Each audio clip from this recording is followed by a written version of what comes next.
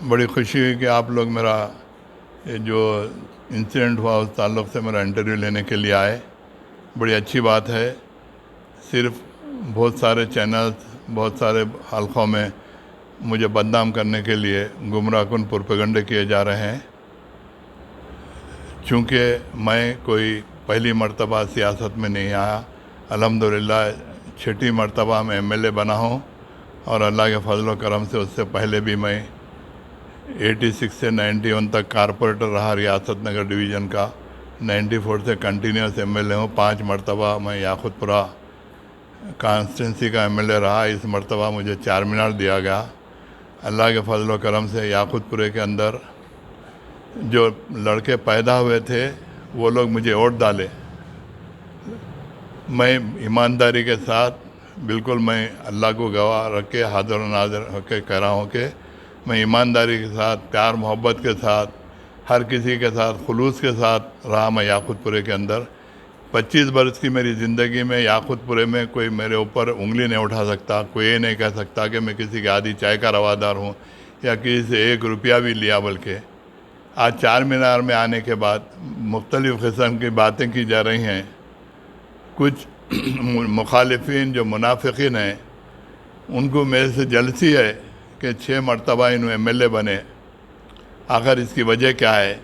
ये मुनाफिकीन नौजवान लड़कों को उकसा कर ये कोशिश कर रहे हैं कि किसी भी तरीके से मुझे बदनाम करें। परसों का जो वाक़या है, मैं रात में दावतें अटेंड करके जब घर को आया तो ये जो लड़का है यहाँ पर बैठा हुआ था।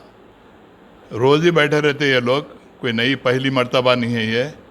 रोज़ाना रात में 1-2 बजे रात तक बैठे रहते। मैं जब गली में एंटर हुआ तो राइट साइड पे चबूतरा है, चबूतरे पे बैठे थे। जब मेरी गाड़ी गली एंटर होते ही पानी का बाटल मेरी गाड़ी पे फेंके जो पिछले डोर पे लगा मुझे। मैं घर में आ गया, मुझे थोड़ा तकलीफ़ हुई। मैं बाहर निकल के लड़के से पूछा, तुम ये बेहूदी हरकत क्यों करे, मैं यहाँ गाड़ी पे मेरा क्यों फेंके? तो मैं गाड़ी नहीं देखा। बोले मेरा इतनी बड़ी गाड़ी तुमको नज़र नहीं आई क्या? तो नहीं देखा क्या? आपको लगा क्या? तुम्हारे को लगा क्या बाटल? तो बोला कैसी बेहूदी बात कर रहे हैं, तुम्हारे को लगा क्या मतलब? मेरा तुम इंटेंशनली फेंके वैसा है बाटल। बल्कि बाहर मेरे को थोड़ा सा तकलीफ़ हुई। बिल्कुल बोलने का अंदाज़ ऐसा था, बिल्कुल मेरे बच्चों की उम्र का है, मेरे बच्चों से कम उम्र लड़का है वो। बिल्कुल मगरे पने से बिल्कुल ऐसा मालूम हुआ कि उसके दिल में मेरे ताल्लुक़ से हसद जलन है। तो मैं एक थप्पड़ रसीद किया बराबर। मैं बात से इनकार नहीं कर रहा हूँ। फिर आगे बढ़ के फिर बेहूदे बातें करा, तू एमएलए है, तू एमएलए नहीं होने के बाद तेरा बताएंगे, फलाना करेंगे बोले। तो मैंने और एक थप्पड़ मारा, 2 से तीसरा थप्पड़ नहीं मारा मैं। उसके बाद मैं घर में आ गया। उसके बाद से रात में जाके 3 बजे कंप्लेंट करके मुख्तलिफ़ चैनलों को बुला के उसके ऊपर एक झूठा एक फेक इंटरव्यू दिए। सिर्फ इनका इसके पीछे साजिश है, बहुत सारे लोग मुलविस हैं, मैं नहीं बोलना चाहता। इनका मकसद सिर्फ यही है कि मुझे किसी भी तरीके से बदनाम करें, मुझे रुस्वा करें। खैर इंशाअल्लाह ताला ये चीज़ नहीं होंगी, चूँकि मैं इस इलाके के अंदर कोई नया आदमी नहीं हूँ। मैं इसी इलाके में पैदा हुआ, मेरे बाप दादा इसी इलाके में पैदा हुए और सारी मेरी ज़िंदगी इसी इलाके में सुबह से शाम तक मेरी पॉलिटिकल लाइफ भी इसी इलाके के अंदर रही। चूँकि हर फर्द, छोटे से बड़ा आदमी मेरी फितरत से मुझसे अच्छी तरीके से वाकिफ़ है। कितना भी मेरे ताल्लुक़ से झूठा प्रोपेगेंडा करे तो कोई यकीन करने के लिए तैयार नहीं है। तो इंशाअल्लाह ताला इस किस्म के प्रोपेगेंडों से मुझे कुछ नुकसान पहुंचने वाला नहीं है। इज़्ज़त का देने लेने वाला अल्लाह ताला है। इंशाअल्लाह इज़्ज़त दिया। जब ईमानदारी से काम करा, बोल के जमात भी मुझे 6 मरतबा टिकट दी। पहली मरतबा मैं MBD से लड़ा, अमानुल्लाह खां की तरह जमात से। मुझे शुरू से ये पॉलिटिकल लाइन की किसी किस्म की ख्वाहिश नहीं थी। खैर अल्लाह को क्या मकसूद था नहीं मालूम। 6 मरतबा 5 मरतबा इमाम से लड़ा, इससे पहले कारपोरेटर इमाम से लड़ा था मैं।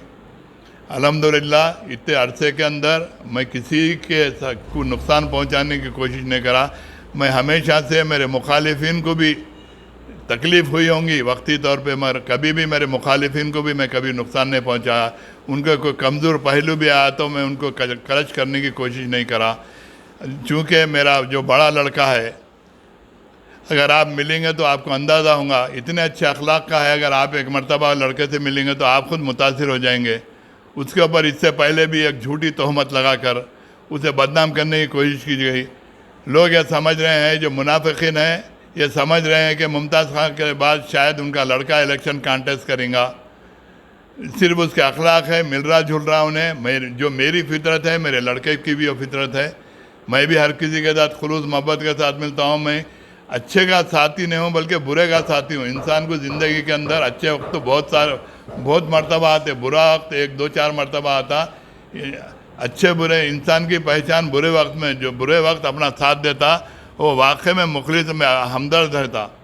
तो बहरहाल इस किस्म की कोशिशें की जा रही हैं।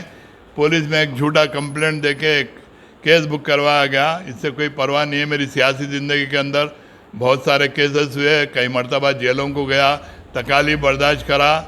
ऐसे केस से मैं कोई घबराने वाला नहीं हूँ, मैं कोई परेशान होने वाला नहीं हूँ।